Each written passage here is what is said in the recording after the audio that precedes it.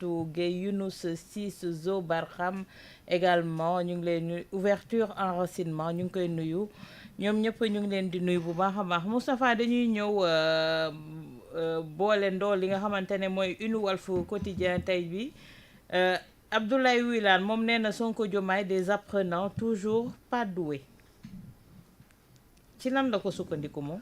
Abdoulaye Wilane de dafa sama xarit boobu awa dafa bëgg nu ñu koy waxee sax ces mots là heure boo déggee Abdoulaye Wilane muy làkk tubaab dee ko seetlu rek buy làkk tubaab buy làkk wolof la ci yemale nag il va te chercher de ces mots là après da nga fay rek di pose ay questions quoi. wala nga uti dictionnaire. fii la taxawoon naan ku la fóotloo moo la weer loo ko mën ku la sumbuloo moo la weer loo ko waxam yooyu mu wax mais quoi qu'il en soit awa. gis nga dafa am ñoo xam ne dans notre classe politique c'est dommage mais j'ai l'impression que il continue à regarder le Sénégal comme dans les années 80 ou 90 ba ñoom dañu yaakaar ne képp ku doxewul ni nga xamee ne surtout nag la famille socialiste là képp koo xam ne doxewul ni Senghor doon doxee wala ni Abdou Diouf doon doxee pour ñoom nekkoo ci yoon boo waxee ñu naan la un état dafa war a mel nii dafa war a mel naa yooyu yëpp c'est bien beau mais Sénégal awa dafa dox ba nekk ci benn enjeu bu capital boo xam ne loolu moo ko intéressé mooy comment faire pour développer ce pays. Oui. Comment faire pour que 10 ans 20 ans 30 ans yii di ñëw suñu doom yi ñëw suñu ginnaaw nekk ci beneen réew bu bokkul ak bi nga xam ne ñun ci lañ doon dund nekkuñu fii di rafetal naan diplomatiquement ak ni nga ko war a waxeek ni nga ko war a defeek nangam ak nangam boo liiree woon Abdoulaye Wilane man j'aimerais bien qu'on me dise du point de vue économie ak nangam lii mooy ay argument contre ce que Bassirou Diomaye Faye ak Ousmane Sonko sont en train de faire point final bu dul lool tout le reste n'est que verbiage. Georges. waaw xam nga apprenant mooy nekk maître suba donc il faut commencer par apprendre pour mën a nekk un maître. loolu ku ne xam na ko moom bon il est socialiste donc il est bien placé pour connaître li taxoon Abdou Diouf nekk président du Sénégal. Il était apprenant également bu ko Senghor jox léegi. Abdou Diouf n'était pas un expert c'était peut-être un administrateur civil. Un technocrate tout comme aussi ñi fi nekk tey alors que ñii sax ils ont fait la politique parce que ñi xëy ñu rek ñu jox leen réew mi wala ñu jox leen ab parti boo xam ne nekk waaye contrôler ko Diouf bu muy ñëw fii il était un apprenant. Il était certes avec des grands socialistes yoo xam ne sax ñooñu dañ ko doon contesté ne ko kii xamul dara si réew mi. amul légitimité. mais moo taxoon sax sa waay génneel leen benn affaire génneel leen créer leen la CREI xam nga Diouf à l'époque loolu taxoon mu mën a diriger le pays. parce qu'il savait qu'il y avait des cadres socialistes nga xam ne ils étaient plus légitimes que lui ñenn ñi gën ko jàng ñenn ñi gën ko xam état ñenn ñi gën ko xam vraiment comment diriger un pays. mais pour les faire taire il a créé cette histoire de CREI là pour que képp ku waxati mu daal di la tëj kaso. C'est comme ça qu'il est parvenu à diriger le Sénégal pendant autant d'années d'ailleurs.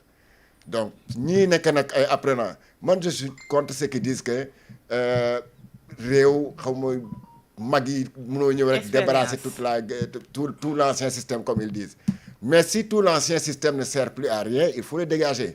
Et si quitte à ce que ñi nekk si toujours la touche là dinaan wala kii xamul dara ñi ay xale la ñu dañuy jàng mais bàyyi leen rek ñu jàng.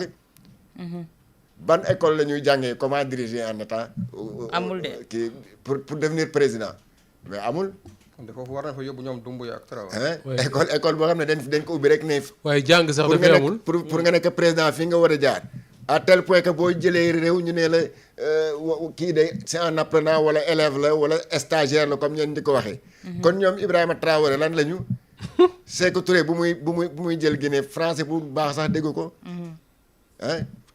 Alors mais sur quoi se fonder pour dire que ce sont des apprenants ils sont pas doués mais d'accord mais ce sont les apprenants. Est-ce que tey jii le Sénégal marche au ralenti rien ne bouge wala. mais ça c'est Wilane Awa il aime ces mots-là. Ça sont les apprenants qui deviendront les maîtrisards de demain et les professeurs agrégés de demain.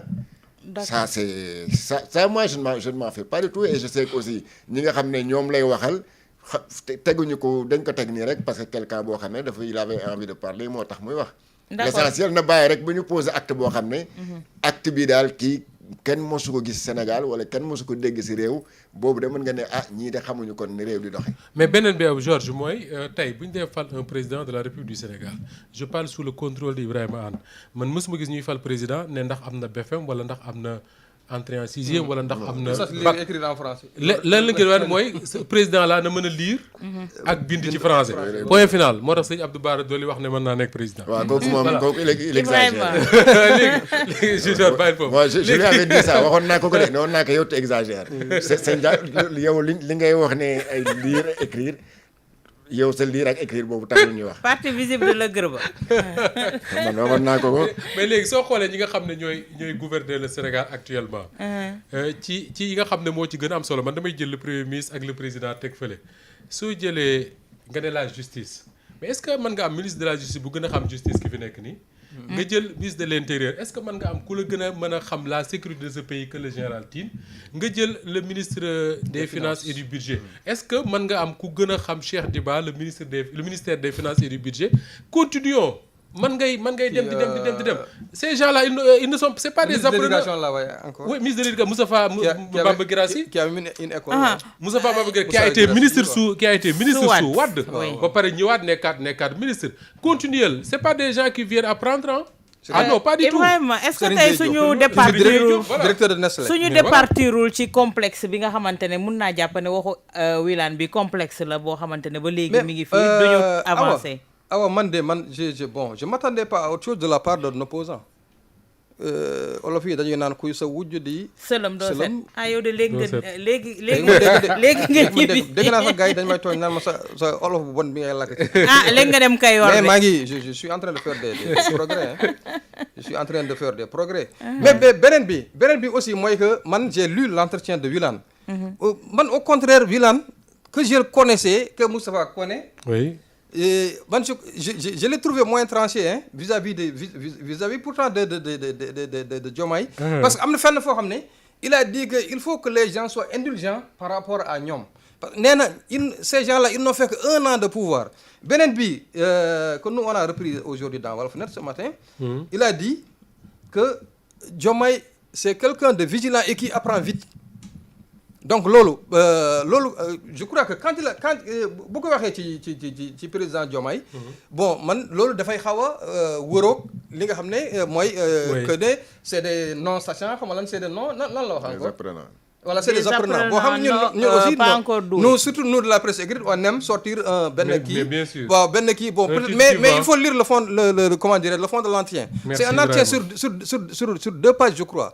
sur 2 pages de Walf Quotidien mais man j'ai Wilane bi ma xamoon qui était beaucoup plus incisif avec comment dire avec les présidents en tout cas quand Wade était au pouvoir te ñoom ñu nekkoon dans l'opposition aujourd'hui je l'ai trouvé beaucoup plus je l'ai même trouvé moins tranché par rapport à ñoom Diomaye honnêtement man c'est quand j'ai lu l'entretien c'est le sentiment que j'ai eu d'accord Moustapha du faux encore du faux mais le plus grave moo di ne président Fall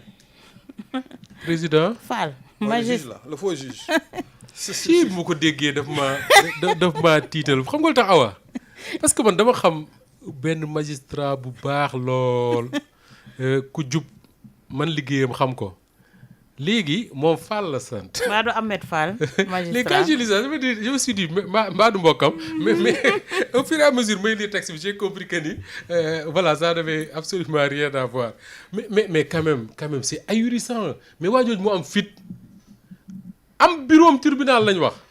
mais mooy. bureau la am tribunal. mais pourquoi tant de di recevoir ay nit. salle 8. pourquoi tant de légèreté. mais awa est-ce yow dem nga tribunal. bien sûr mais bureau procureur yi ak juge yi pour nga dugg fa c'est tout un problème. oui. c'est non est-ce que ñoom seen bureau yi gënul jafe dugg bureau ministre yi.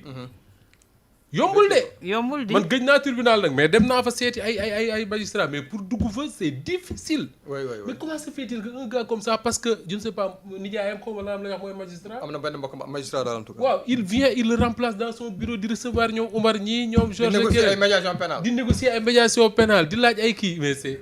boo joxee nangam am na kenn ko xam ne daf ko menacé de le mettre sous mandat de dépôt. waaw joxoon na ko date sax. waaw d'ici le 12 lundi la ko waroon mandat de dépôt boo indiwul nangam dama lay je te mets sous mandat de dépôt génne këyit. am na lii moo tax am na benn waay yoo xam ne bu tasee xaw ma ban un acteur de cinéma la américain bu tasee ak police.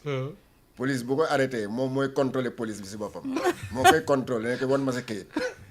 yow fan yi rek déggoo fii benn boy boo xam ne kooku nekk na policier nekk na gendarme nekk militaire di am galon yëpp am tenue yëpp xam nga lii moo tax aussi jar na parfois boo amee waxum sax nga am problème mais boo sekkee mbir ak kenn ki ngeen vérifiante ba xam yow la kan yow moom nga xam kan. ngeen xaw parce que je le vérifie. oui je te vérifie tu me vérifies. vérification mutuelle. nga fekk fii benn policier moom kenn mu taxaw si mbedd mi nee na indil sa permis mu nekk jox ma sa carte police. waaw parce que wóorul. wóorul moom kenn moo taxaw foofu. yow xamoo policier la xamoo dafa jekk ak tenue bi rek. nga dem si benn magistrat. te tenue bi tu peux la coudre dans chez n'importe quel tailleur. xam nga dëkk bi dafa toll foo xam ne le laxisme avec lu ñuy wax jaay garaaw moo ñu indil problème yëpp. nappante la de te nit ñi dañoo ñeme yàlla. saa waay mën nga tase. mais Georges tey degré bi ñu toll ci faussaire dafa grave. Sénégal si boppam faux médecin ku exercer pendant des années en plus. tey nga ne faux magistrat. parce que Sénégal dañ nekk si réew moo xam ne imposture moo fi dox. nit day taxaw fii ne ma day wax xar géej gi dem. gars yi di ko tàccu di ko tànn journaliste di ko tànn. Espagne lañ jëm journaliste yi di ko invité ci plateau yi. xam ne dañ ko waroon jàpp yóbbu kaso. journaliste di koy tàccu. mais voilà ce qui fait que nag saa waay nga mën a tase ak benn waaye mu am fitu dem tribunal ubbi fa bureau ne man magistrat la ab benn boy bu ndaw di ñëw ay tenue di taxaw si mbedd mi di tey le douanier demain sapeur pompier suba mu nekk policier. suba gannaaw soo mu nekk gendarme. loolu yëpp li ko indi rek mooy on est dans un pays boo xam ne le paraître dafa nax nit ñi. ak le faux. oui les faux cils les faux ongles les fausses hanches les faux. cheveux naturels qui n'ont de naturel que le nom. mais Ibrahima quand tu mais xam nga mais Ibrahima booy seetaan. et les gens se complaisent dans ça. Ibrahima booy seetaan des journalistes yoo xam ne dañu wax ne c'est des journalistes professionnels. ñuy toog di interviewer Ibrahima Anne. Ibrahima Anne di leen raconter des grossièretés. ñu toog di ko déglu naan mais j'ai suivi quelqu'un qui dit comme ça. il y avait un gars là il était médecin xam nga lan il se disait médecin. am na ku fi nekkoon médecin di ànd ak le ministre de la santé. Abdoulaye Diouf Sarr loolu ànd ak temps Covid ban jàpp ko fi te kooku médecin la wax boobu. mais quelqu'un day toog jàkkaarloog journaliste ne ko mais Michelle Obama góor la. ah voilà et ça continue. on l'a convoqué même. il est au parquet quelqu'un d'autre man quand j'ai regardé quelqu'un mu wax ne les kii là nu ñu koy wax sax ñàkk yi ñu doon ñàkk ci kii bi. AstraZeneca ci Covid bi mu ne c'est des puces qu'on met dans notre corps là pour nous contrôler et les journalistes regardent ça. et voilà kooku lañ jàpp tey non. oui bien sûr. waaw kooku lañ jàpp tey benn chroniqueur la. si il est déféré au parquet.